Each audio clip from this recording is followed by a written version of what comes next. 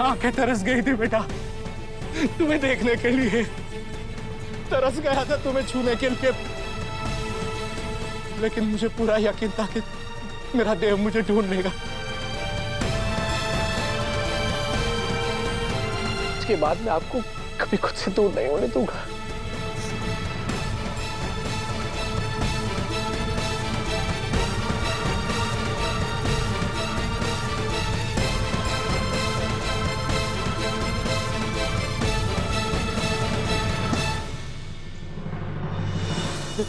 माजी साहब,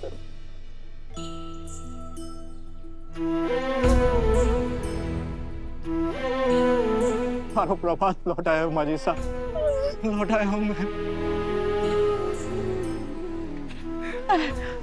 अपने आप ने कितनी अभागन समझने लगी थी कि जीते जी हमारे को अरे बेटे के मरने की खबर सुननी पड़ी, लेकिन किस्मत की मेहरबानी देख मारो बेटो जी तो जी लौटायो। कितनी भाग्यवान हूं मैं। हमारे को छोड़ के मत जाना छोरा, भारी उम्र भी थारे को लग जाए। कहीं नहीं जाऊंगा माजी साहब, थारे को छोड़ के कहीं नहीं जाऊंगा।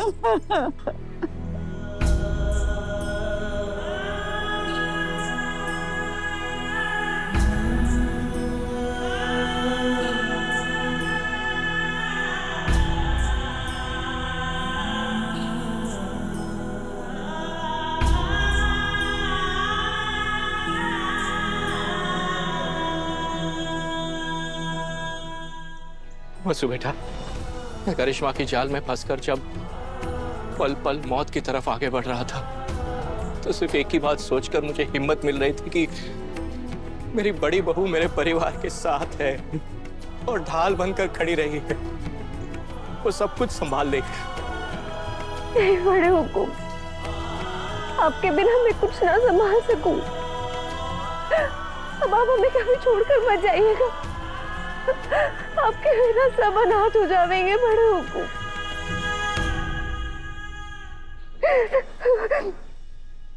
पर बड़े हुकुम आप कहाँ थे? क्या हुआ था आपके साथ? बेटा, मैं तो रणकपुर के लिए निकल गया था।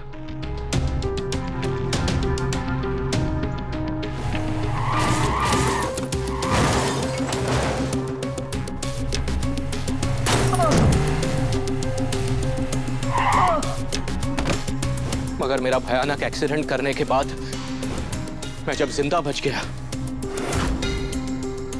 तो करिश्मा ने मुझे किडनैप कर लिया, ये सोचकर कि मुझे कोई बचाने ना आ जाए।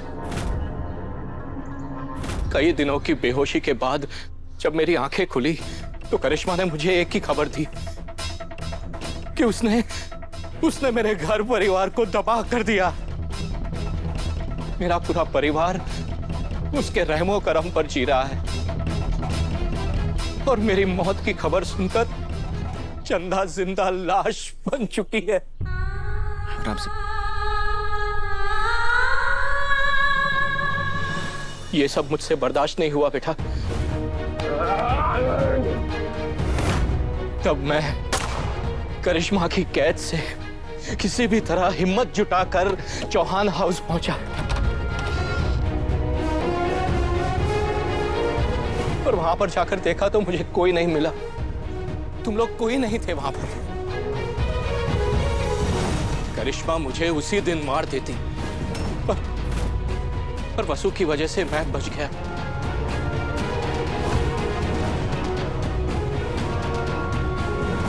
बुरो बखत तो बेटा, अरे ये करिश्मा नाम की नागिन ना हम सपने डस गई। अरे बेटे और बहू ने जिंदा मार दिया उसने। सामने एक बार फिर से आ जावे ना तो अपनी लाठी से उसका पण कुचल कुचल के मार दूं उसने मैं। माजी साहब, छोड़ूंगी ना मैं उसने। शांत हो जाइए माजी साहब, मैं आ चुका हूँ, सब कुछ ठीक हो जाएगा। अब हम सब साथ हो गए हैं माजी साहब। और देखना, करिश्मा को अपने किए की सजा जरूर मिलेगी, जरूर मिलेगी। पर देव, तुमने ये क्या कर दिया बेटा? बिना कुछ सोचे सब कुछ करिश्मा के नाम कर दिया। बेटा, ये तुम्हारी और तुम्हारी मासा की जिंदगी भर की कमाई, इतने सालों की मेहनत, सब कुछ एक ही झटके में उसे दे दिया। क्यों?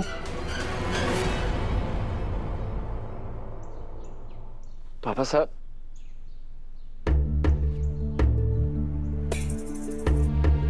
आपके जाने की खबर सुनने के बाद मासा बेजान हो गई है।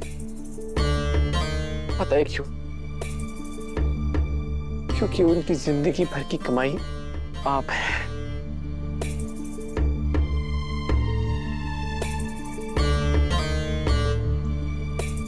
हमारा आसरा है, हमारे पालनहार आप है पापा साहब। वो हवेली, वो ऑफिस नहीं। आपको पता है, आपके अचानक गायब हो जाने की खबर सुन के हम सब पागल जैसे हो गए थे। आपकी कोई खबर नहीं मिल रही थी, पर आपकी एक खबर पाने के लिए मैं सब कुछ कुर्बान करने के लिए तैयार था। और मुझे पता है, मासा होश में होती ना तो यही करती। आपसे ज्यादा, आपसे बढ़कर कीमती कुछ नहीं है पापा से। मैं दुनिया की सारी दौलत आपके लिए हजार पलटाने के लिए तैयार हूँ। ये तो बस ऑफिस और घर है।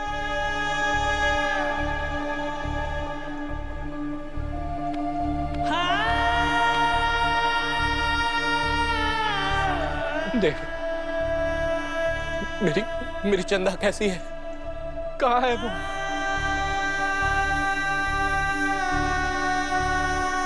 आपको याद करते करते खुद को भूल गई है।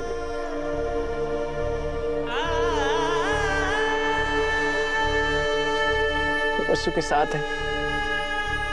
अब ये दिन रात कभी बहू कभी बेटी बनकर उनका ध्यान रख रही है।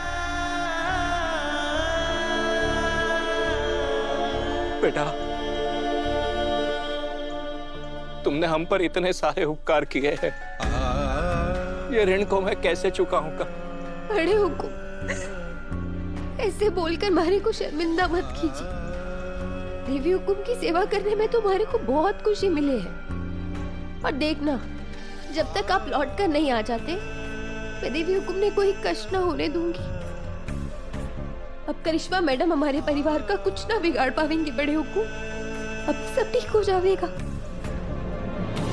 ये उस करिश्मा ने तो उसके कर्मों की सजा जरूर मिलेगी, और ऐसी सजा मिलेगी कि उसके साथ पुश्तें भुगतेंगी।